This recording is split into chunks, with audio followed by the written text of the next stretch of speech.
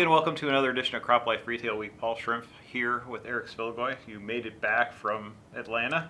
My trip, yes, thanks to Southwest maintenance union issues and weather delays. I did get delayed in Atlanta for an extra night and had to come home via Milwaukee, which is a very nice town, by the way. But yeah, it made for an incredibly long 2 days where I got about 10 hours of sleep. So if I fall asleep on camera, folks, I'm sorry. I'm just a little tired. I won't let you. If you do, you're going to get whacked, though, really hard. Okay. And you survived a night at Hojo's, so that was pretty impressive. Yeah, surprisingly, Atlanta, because everything was backed up, a lot of people were stranded, and a Howard Johnson's hotel was the only thing available for the night, actually the 4 or 5 hours I actually had between flights. Actually, Paul, I know Howard Johnson's was a big name when I was a kid. I didn't even realize they're still in business, so it was a little bit of a throwback, and that may not be a good thing necessarily. I was going to say, I might choose that bench in the corner at the airport.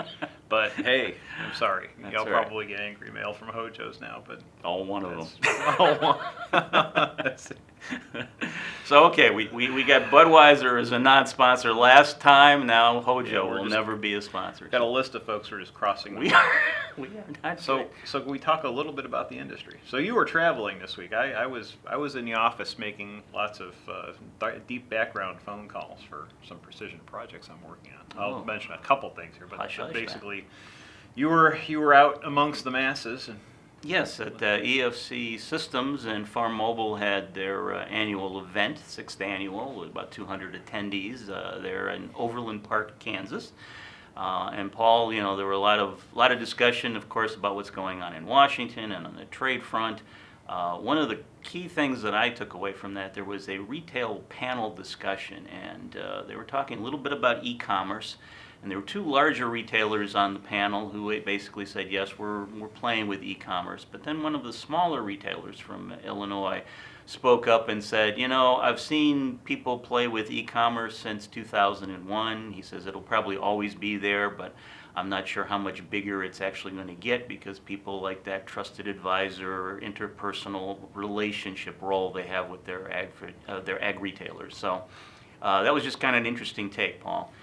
The one other big event was, of course, Ron Farrell was at this event as a speaker. Towards the end of the day, he received the plaque from the folks at EFC for his contributions to the industry. And the one interesting thing that Ron said is, he said that, you know, agriculture in America does need to focus and embrace technology because, as he pointed out, their counterparts in South America at the moment do not produce as much crops when it comes to soybean or corn as the U.S. producers do. However, he pointed out with technology that could level the playing field very, very quickly, so the U.S. growers need to do everything in their power to maintain that edge they currently have and keep it. Yeah, I think that's true. In retailers, I think from what I've seen, retailers are really trying to, as I said, I think on video before, is incorporate the technology into the business, figuring out how to make the technology work within the agronomic structure that exists, as opposed to trying to separate it out into some kind of a special high-end program. Just try to get as many of the folks onto the program as possible and integrate the technology, and not really identify it as precision agriculture, but really as a premium service of the premium agronomic service overall. So, yeah, it's definitely interesting. And the other thing you were talking about too with e-commerce, I think I think retailers that I've talked to have had a pretty healthy approach about it. Yeah. They're not racing to the bottom and just trying to sell as much as they possibly can, but they're offering this as a potential option, and charging pricing differently versus the service price, and just really trying to. If growers want to buy it this way, that's fine. These are kind of the guidelines under which it'll be sold to you, and it's still going to encourage them to come back and ask for service. But yeah, straight up e-commerce, I would agree. If you're trying to race to the bottom with the folks that are just selling online, just don't bother. It's a non-starter. And that was kind of the message from this, like I say, this one retailer. I'd never heard him speak before, but I may be giving him a call because I found his insights very interesting. So, One other thing, of course, came up, Paul, was the trade talks. I know the U.S. and China are engaged in those, trying to get through the impasse that we've been seeing now for the last few months.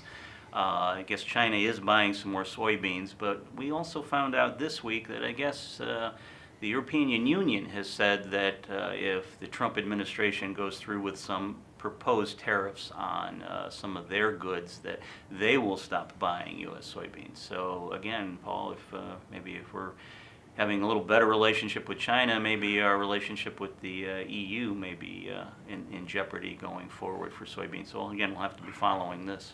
Yeah, trade. When you get into trade games like that and Always fun. trade wars, it's like whack-a-mole. You know, one problem maybe gets cured, but another problem arises, and there's all kinds of unforeseen consequences that continue to roll downhill. So, who knows? And then the final thing to mention is next week, of course, is the Commodity Classic down in Orlando, Florida. So for everyone out there going down to the show, you can look for me. I will be down there starting on Monday for a couple of pre-show events, but I'll be there through sunny Purdue. Paul is going to be talking in the keynote on Friday, March 1st. So we'll be hearing what the Secretary of Agriculture thinks is going on in the ag market and what we can expect for 2019.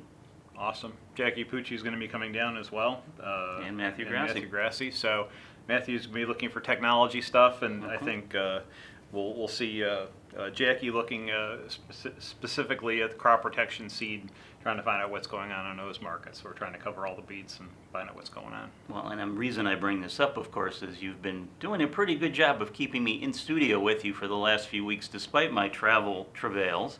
But next week, you're going to have to be on your own or find someone else here to chat with you. Not going to send me a video. Sorry. I think I'm going to be a little too busy. Well, okay, that's fine. Holding down the fort. So yeah, this week I did a lot of work on the precision side, and again, we're trying to put some reports together on technology and where it's headed. But one of the things I tripped over was someone had mentioned was this website called tillable.com. It's basically matching landowners and or renters with folks that want to acquire or rent more land. So it's kind of genius, because there really isn't anything that very clearly and transparently puts the buyers and sellers, or buyers and renters and people, landowners, kind of together in one place, so they can work through some of the numbers, find out local prices, sort of like Zillow, almost like but for farm real estate. And I mean, that's actually a real need, and I'm sure the real estate people probably be hating on me right now, because you need someone who knows real estate involved in a transaction, and that could entirely be true. More potential advertisers down the drain, retailers. Thanks, Paul. But it's kind of interesting, pretty disruptive kind of thing to match these, and apparently they have quite a bit of support already after only about a year out there. So tillable.com's pretty good idea, seems to be anyway. Okay. Well, that's it for this edition of CropLife Retail Week. Thanks for joining us, and we'll talk to you next week.